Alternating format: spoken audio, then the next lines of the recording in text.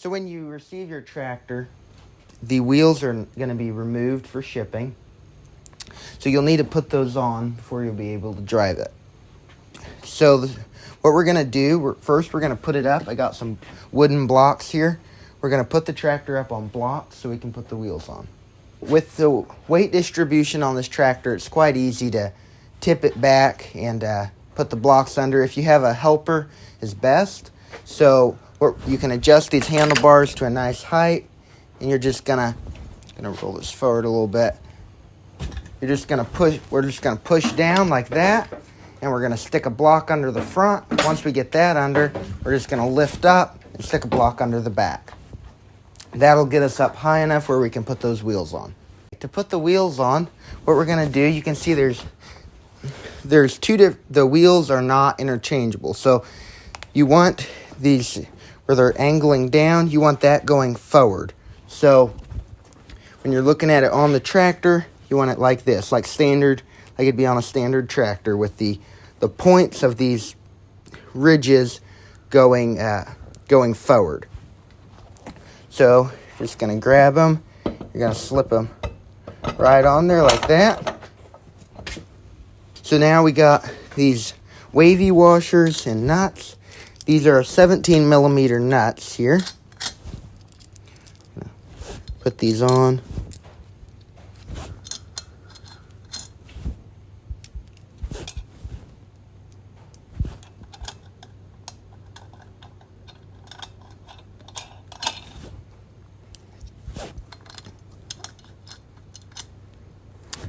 I'm going to be using a 3/8 inch impact. If you don't have an impact, you can use a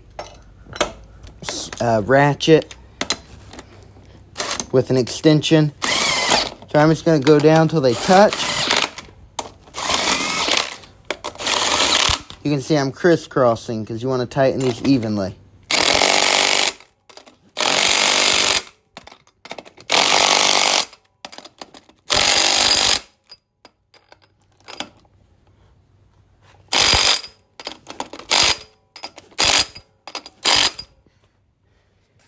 If you have a torque wrench, you can torque these to 80 foot-pounds.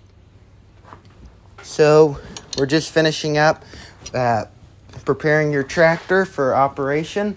We have adjusted we've adjusted the clutch cable to the proper tightness. We've adjusted the forward reverse. We've adjusted side to side. Everything comes lubed. We've checked all the bolts on the transmission. Comes ready to go. We've tightened all the bolts on the transmission. Everything comes ready to operate. Just want to go over a few operation instructions as well as maintenance. One thing first, we'll start with this is the quick hitch bushing. So this little lever here is how you connect and disconnect. We'll show later how to attach implements. These two bolts, there's one on these nuts here, one on either side. They're 19 millimeter. You'll want to make sure these stay tight. We have tightened them down with blue Loctite, quite tight. They shouldn't come off. Something to periodically check. Make sure that those are still tight. If those come loose, this will start to rattle. The implement starts to come off, and it ends up damaging this rear cover. It's a costly repair. So that can all be prevented by just keeping those tight. So just going to go over the service on these. This is your transmission fill and dipstick. This just pulls right out of there like that. Just going to wipe it off. You can see those hash marks on there. Then we're going to stick it back in, push it all the way down.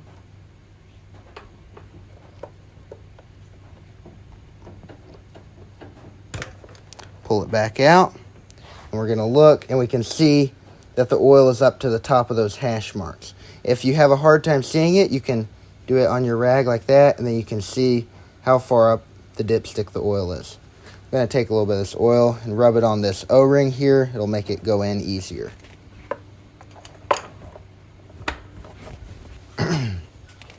Engine oil, it's right here.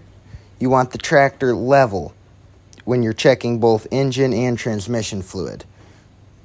You're going to pull it out, wipe it off, stick it into the threads, but don't screw it in. Pull it out. You want it to be at least halfway up the dipstick.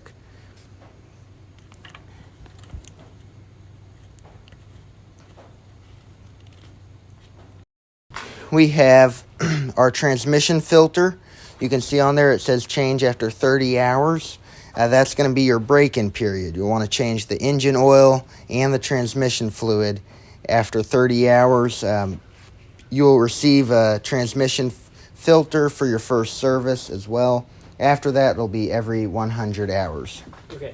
As far as fuel, you'll want to use either an ethanol-free or a Supreme fuel. You don't want to use anything with high ethanol levels, as it clogs up the carburetor and can damage that. Really, ethanol-free is the best. If you're going to let it sit for more than 4 weeks, I would recommend turning the fuel off. There's this little switch right here. I'm just going to turn it. That turns the fuel off, and run it until it runs out of fuel in the carburetor.